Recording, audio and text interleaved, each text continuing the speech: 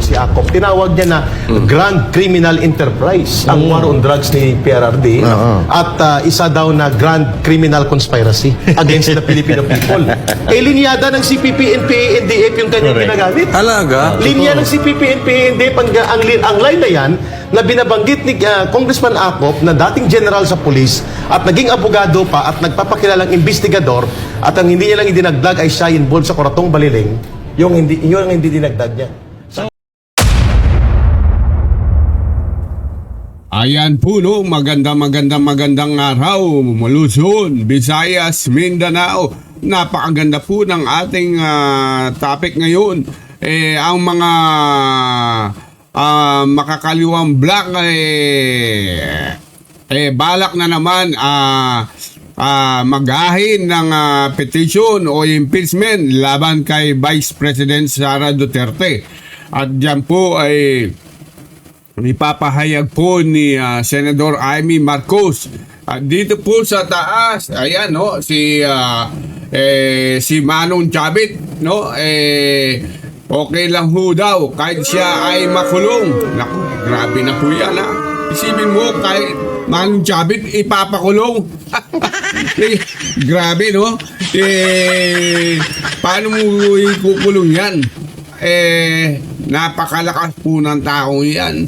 Sino po kaya maglalakas loob na ipakulong si Manong Chavit? Kaya yan, sinabi niya, wala siyang problema kahit makulong siya. Sino kaya lalaban sa kanya? Naku, grabe yan. Uy, at saka ito pong sa bandang taas din, kaliwa, no? Yan,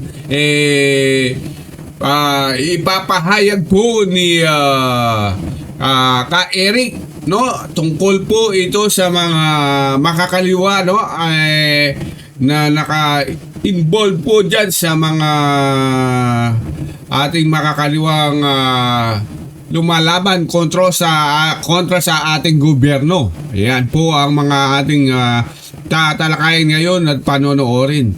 So yung po hindi pa po subscribe sa ating channel, yan, paki-like, subscribe na lang po at huwag niyo pong kalimutang click din ng notification bell para updated ho tayo sa mga bagong uploads natin, no? Yan po, masaya na ho tayo dyan. So dito na ho tayo kay Senador Amy, no? Susubukan umanong sampahan muli ng impeachment complaint sa Kongreso si Vice President Sara Duterte sa darating puyang Pebrero taong kasulukuyan. Yan po ang paniniwala ng Presidential Sister, Senator Amy Marcos, lalo't matatapos na sa susunod na buwan. Sa Pebrero, yung pong one-year ban kung saan pwede na ulit maghain ng reklamo laban sa pangalawang Pangulo. At sa kabila nito, wala namang nakikitang matibay na ebidensya ang mambabatas para ma-impeach muli ang pangalawang Pangulo. Kunin natin ang live report ni Mean Corvera. Mean, kilala na ba kung sinong grupong gagawa nito? Alex, ang Makabayan Bloc sa Kamara ay nagpaplano na raw na magsampa ng kasong impeachment laban kay Vice President Sara Duterte. Yan ay kahit pa nakapending pa sa Korte Suprema yung kanilang apila para dun sa naging ruling noong July 2025 kung saan idinedeklarang unconstitutional ang naging kaso ng mababang kapulungan laban sa Vice President. Una na kasing idineklara ng Supreme Court na unconstitutional ang paghahain ng reklamo laban kay VP Sara dahil yan sa paglabag sa one-year bar rule. Asahan na raw na muling bubuhayin ng impeachment laban kay Vice President Sara Duterte sa Pebrero. Yan ang paniniwala ni Senator Amy Marcos lalo't matatapos sa susunod na buwan ang one-year ban sa pagsisampa ng impeachment. Nanindigan ng senador na popondohan ang mga tinukoy niyang soft pork sa anyo ng mga ayuda sa budget bilang panuhol umano sa mga kongresista. Wala akong kaduda-duda magfa-file ng impeachment parang handang-handa na eh. Kasi yun nga, napakadaming goodies sa ating giniling na pork na budget. Kahit sabihin nila na talagang cleanest budget, ang tingin ko mataba pa rin eh. Ipinagtataka ni Marcos kung saan gagamitin ang pondo sa ayuda sa 2026 budget gaya ng AIX, TUPAD at MAIP, at ang duda niya gagamitin ang soft pork sa pamumulitika. Yung malisyoso. Ang totoo, hindi naman talaga napag-usapan sa budget. Wala naman talaga kasi nagbubunaan pa kami sa BICAM tungkol sa iba't ibang projects and programs sa budget. Pero nung nakita ko, eto nga, ng mga gilingan ng baboy, ayan na, yung mga napakaraming soft na lumobo, ang laki-laki, more than twice the amount that was stipulated by the President in the NAP. Pagkatapos, nakita ko yung mga farm to market road, tapos yung kung ano-ano talaga napakarami, at yung kinakaltasan napakahalaga. Para sa akin, wala itong uuwian, kundi politika. It's a very political budget to my mind. May impormasyon pa ang mambabatas na napangakuan umano ang ilang kongresista ng soft pork mula sa AIX, TUPAD at MAIP. Pero hindi masabi ng mambabatas kung nasabing alok ay para umusad o suportahan ng mga kongresista ang impeachment laban kay Duterte. Unang-una, narinig natin na 2 million, tapos napangakuan na sila nung iba't ibang soft, ng iba't ibang maibibigay mula sa AIX, magkano yung AIX, magkano yung TUPAD, magkano yung MAIFIP, lahat yan mabibigay. Tapos may bago pa pala. Nagulat na ako, sabi ko, saan galing itong 10 billion na to na Presidential Assistance to Farmers? Kahit kaibigan si VP Sara, tiniyak ni Marcos na sakaling matuloy ang kaso laban dito at maupo bilang huwes, ibabase ng mga senador ang desisyon sa mga ebidensya. Sa ngayon, wala umano siyang nakikitang mabigat na ebidensya o batayan para patalsikin ang Vice President. Naku po. Tulad ng lagi naming sinasabi, tatayo kami na mga huwes sa impeachment and trial court kung aaabot sa ganun. At syempre lahat yan magbabase sa ebidensya. Pero sa ngayon wala naman tayong nakikitang ebidensya pa. Hindi ko alam kung ano ang gagamitin ng katibayan laban sa kanya, kung may bago ba, kung may mabigat ba, kung papayag ba sa kanilang proseso ang Korte Suprema. Marami pa at very speculative pa tayo at this.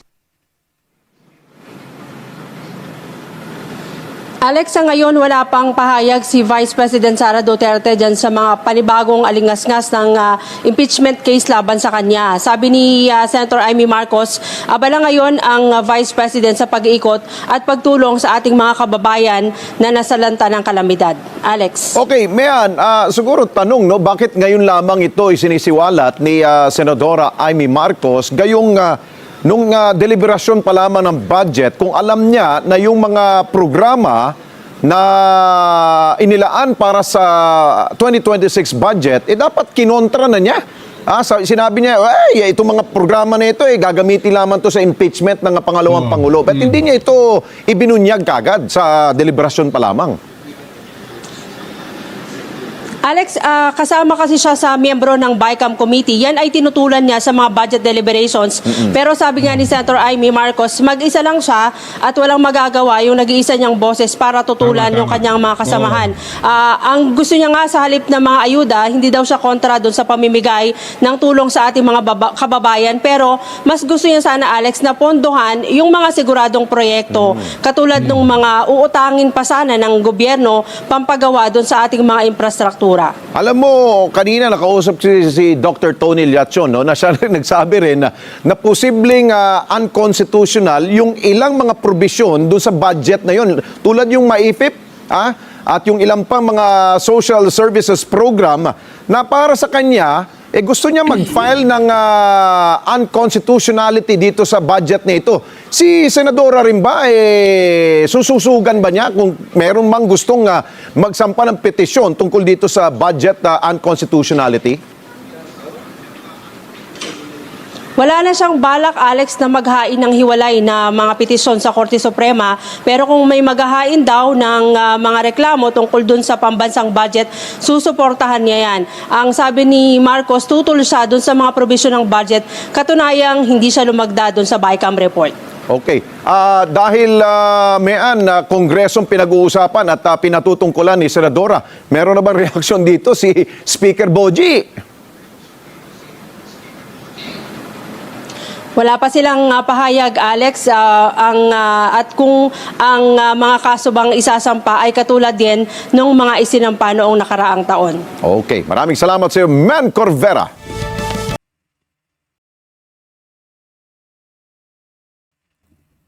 So yun po, no, reaksyonan po natin ng bahagya itong mga interview po ni Senador Amy at sa kanyang mga sinasabi. Natural po, no, uusad po yan ang impeachment kay BP Sara at alam naman ho natin na panahon na para impeach na naman nila ang ating butihang Vice President Sara Duterte dahil yun sa nangyari nung nakaraang taon, di ba? Na unconstitutional po ang kanilang pagsasampa ng kaso. Yun dyan sa mga makakaluluwa dahil lumabag po sila sa batas. Unang-una, sa isang taon daw, yun yun ang mga patakaran kasi kung naka-apat yata po ng sampa ng kaso sa isang taon. Dapat pala ang kasong isasampa dyan, pag isang taon, isang kaso lang para sa impeachment. Doon pa lang natalo na ho yata. Kaya na pag husga po ng korte na ang konstitusyon. No? Pangalawa ho, itong budget na to, talagang hindi ho pinirmahan ni Senador Amy dahil may mga sinasabi niya mga taba-taba pa. Marami pa ho taba ang lumabas, no? Tsaka sobra po naman laki. Akalain mo ba, no, di ba, noong nakaraang taon ng budget parang 6 point something lang, 6.5. Ba't ngayon 6.7 ata, mahigit, no, ang naging budget ngayon. Kaya po sobra-sobra. Imbes na mabawasan pa dahil dami pong wala naman masyadong proyekto, no? Kagaya po noon nakaraang taon, ang daming proyekto na nakalaan dyan. Pero ang problema, yung mga yan, naging ghost project at saka po substandard ang mga proyekto. Yan. So lahat naman tayo, kagaya po yan, kasi po tayo ay nagbabayad ng tax dyan sa sa ating bayan. Lahat po tayo nagbabayad ng tax. Huwag niyo pong sabihin hindi po tayo nagbabayad ng tax kahit hindi kayo nagtatrabaho. Lahat po yan. Kasi po lahat ng binibili niyo pong mga pagkain, ano man yan, alak, sigarilyo, lahat po yan may tax na yan. Ganyan po kalupit ang ating bayan. So lahat po yan, napupunta yan sa tax. Kaya kahit hindi ka po, ang tao dyan, hindi ka nagbabayad sa BIR, baka kakalain nyo, hindi naman ako nagbabayad sa BIR, hindi ho yun. Dahil po lahat ng kinakain natin, lahat ng binibili nyo, alak, sigarilyo, gulay, kanin, lahat po yan may tax na po ngayon. Kaya lahat po tayo dapat may naano po sa gobyerno, no? Pwede po tayong yung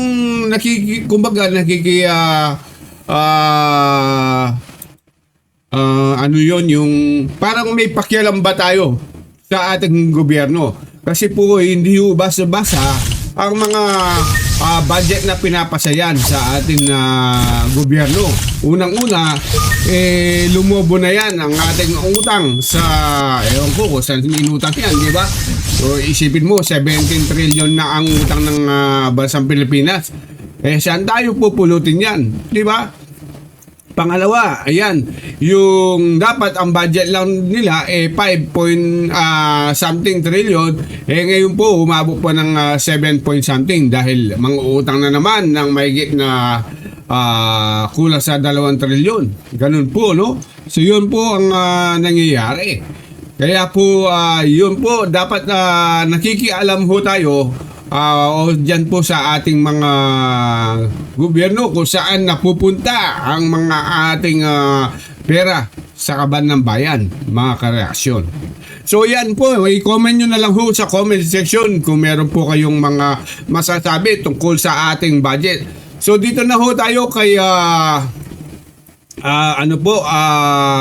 Ka Eric. Ito ho ay flashback lang ho ito, no? Na kasi po nung nakaraan na nakaraang pang taon to na interview po yan sa mga banateros ho ba yan, no? Sinasabi mo na konektado itong si Paduano sa makakaliwa. Safe to say na itong kanyang party list ngayon, kasama doon sa mga listahan ng mga identified na legal fronts ng CPP-NPA. Boss Dada, hindi siya officially part kung hindi alliance. Kasi ang party list ng CPP, NPA, NDF na silang bumuo at nagpapatakbo, 4 ang naiwan. Yung Bayad Muna, na tumatakbo pa rin, sila Colmenares, no? Yung, Bayad Muna. Pinatalsik na dati yan eh. So sa CPP pa rin yun, Boss Dada, at supporter ng NPA. Ang pangalawa, yung Kabataan NPA Recruiter Party List ni Raul Manuel. Yung pangatlo, yung Gabriela NPA Lover Party List. At yung Alliance of Communist Teachers. Yung ni kay Franz Castro. Naging bodyguard sila at bumuo ng kanyang party list at nag-finance dahil kalaban ng NPA noon sa Negros, si late Danding Coangco. Nako. Now, ang Abang Lingkod party list niya ay pinunduhan nila Danding Coangco at ng mga siyendero laban sa NPA. So, nagtinarget niya ng NPA si Paduano, nanalo sila noong 2013, I think.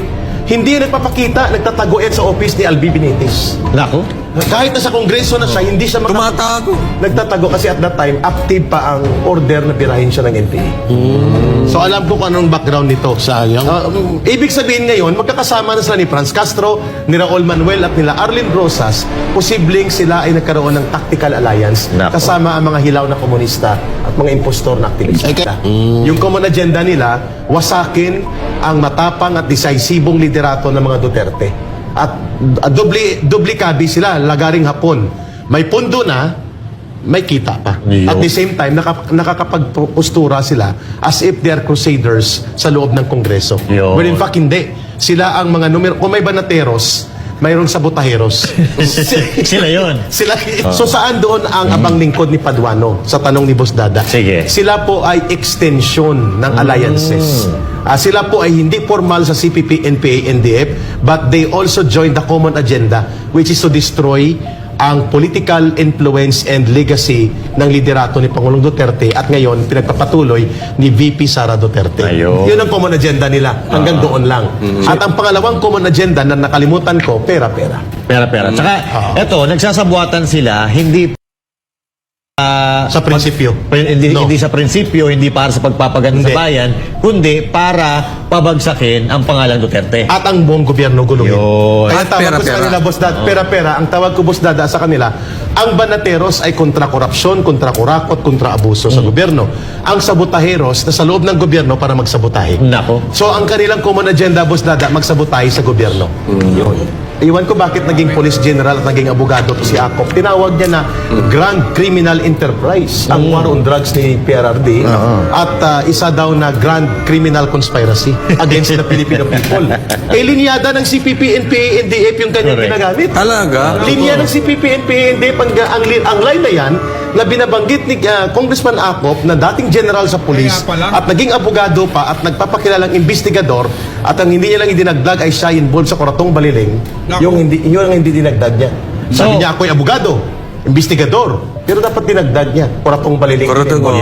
Ang line na the grand conspiracy of criminal syndicates pretending to be war on drugs at ang pagtawag sa war on drugs ni Pangulong Duterte as the grand criminal enterprise, linyada ng CPP Central Committee yan sa propaganda Correct. na binibitbit ni Akop at pinapalakpakan ng mga hilaw na komunista at ng kanilang mga sabotahero sa pangunguna ni Paduano. Yun. At ginagamit nila ito ngayon sa propaganda para i-malign, pakasamain ang imahen ni Vice President Sara Duterte at ang legasiya ng decisibo at malakas na pamumuno ni Rodrigo Duterte. Buksan ang iyong isipan sa mga politikong binibigyan nyo ng kapangyarihan dahil ganito ang nangyayari sa ating bansa. Nanililinlang lang tayo ng mga taong ito na hindi nyo nakikilala. Kilalanin nyong mabuti ang mga taong binoboto nyo. Dahil sa dami ng mga party list na nakikita nyo na makabayan kakampi at sumbungan ng bayan na nakikipaglaban sa karapatan ng karamihan at taos-pusong paglilingkuran, ito ang mapanghikayat na salita ng mga politiko upang iboto mo sila. Kung ako lang ang masusunod, tanggalin na ang Kongreso sa gobyerno at palitan ng bago dahil mas marami ang korap at tila ba wala namang nagagawang batas na lumalabas na mas magaling pa sila sa mga abogadong nag-aral talaga ng batas.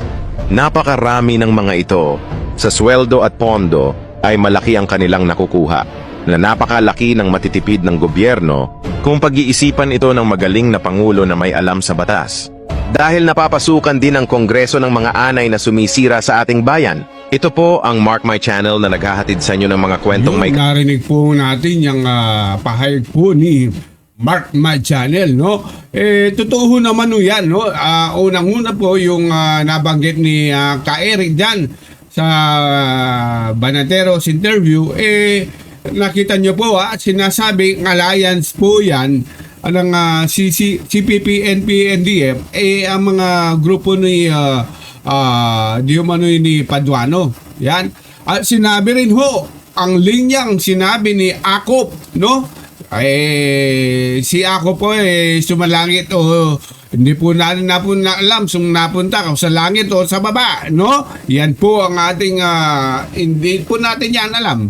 Wala na ho tayong jurisdiction, ika nga dyan. Di ba? Ayan. So, yun nga po, nabanggit niya, yung mga binitawang salita ni Akop noon, yung sinabi po ni Ka Eric, no? Ito yun, no? Yung... Bakit naging police general at naging abogado to si Akop? Tinawag niya na Grand Criminal Enterprise, ang war on drugs ni PRRD, at isa daw na Grand Criminal Conspiracy against the Filipino people. Linyada ng CPP, NPA, NDF yung kanyang ginagamit. Talaga? Linya ng CPP, NPA, NDF, ang line na yan na binabanggit ni Congressman Akop na dating general sa police at naging abogado pa at nagpapakilalang investigador at ang hindi niya lang idinagdag ay siya involved sa Coratong Baliling, yun ang hindi dinagdag niya. Yan po, no? Narinig natin si Kael sulit. Ayan, nireplay ho natin na sinabi niya yung kay patungkol kay Yumaong Akop, o ano, naku, grabe. Hindi natin na. So yun po, no, sinasabi niya yung mga linyada pala ni Akop linya ho ng mga, alam niyo naman ko kasi yung mga makakaliwa, mga CPP, NPA, NDF, yung mga binibitawang mga salita niyan halos pare-parehas ho yan. Kaya kumpirmando po yan ni Ka Eric dahil si Ka Eric po dati rin ho yan sa makakaliwa yan, tumiwalag na lang ho yan. Kaya alam niya po lahat ang mga nangyayari dyan sa labas, no? O sa loob ng mga CPP, NPA, yan, no? NDF. Yan. So dito na ho tayo kay kay Manong Chabit na magpapakulong daw siya. Naku po, grabe na yan. Sabi niya, ipapakulong.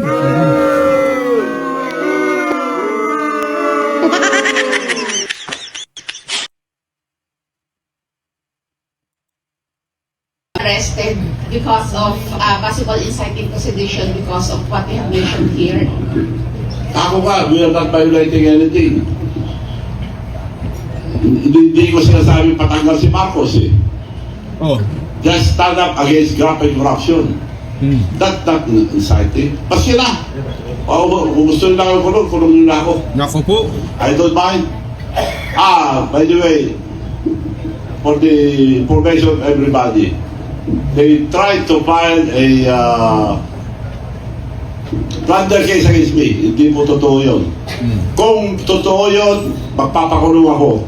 Naku. Hindi na kailangan ng trial. So maliwanag yun na panakot sa akin, walang plunder. pinailang plunder para lang masabi na, ganun sila eh.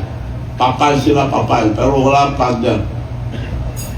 Ako, sinakalkal nila, pero wala akong Yan po ang matapang na pahayag po ni Manong Chavit, no? Naku, grabe. Ganyan po katapang. Siya mismo magpapakulong dyan po sa kasong sinasabi nilang plunder. So, naku, grabe. Ito po nangyayari dito sa ating bayan. Kahit hindi pa nagugulo ang gobyerno dahil po dyan sa Marcos Jr. na para hindi tama kasi ang pagpapalakad, kaya siguro ganyan po umaaksyon ng ating mga matataas na mga mamamayan kagaya po ni Manong Chavit. Hindi naman ho sila mga sabi ko masasabi mo ba siyang ordinaryong mamamayan? Hindi ho, di ba? Hindi yun mga ordinaryong mamamayan yan. Kagaya po ng mga sina retired General Pokis, General De Leon, yan. Hindi po yan mga ordinaryong mamamayan. Kahit po sinasabi, sila po ay talagang namamahayag para lang tayo kung ano po sinasabi ng mga ating mga ordinaryong mamayan, ganyan lang po ang gusto nilang mangyari. At para mabuksan po yung mga isip ng ating mga kababayan na kung ano talaga nangyayari sa ating gobyerno. Ganun po, no? Pero yan po, kakasuhan na naman ng inciting to sedition daw si Manong Chavit. Hindi nga daw niya narinig ho, no? Hindi nga raw daw niya nabanggit na itatanggalin si BBM. Paano mo ikakasong inciting to sedition, no? Kahit na sabihin naman niyang tatanggalin, hindi mo naman pwedeng kasuhan ng inciting sedition kung sabihin ng BBM resign, no? Hindi rin ho. Ganun ho talaga ang lalo na kung may mga people's power na yan, yun talaga kasama ho yan sa konstitusyon, no? Hindi ho bawal yan sa batas. Ayan po, no? So anyway po, yung hindi pa pala nakapag-subscribe sa ating channel, huwag niyo pong kalimutang mag-subscribe. At lahat po, maraming salamat po. Syukran.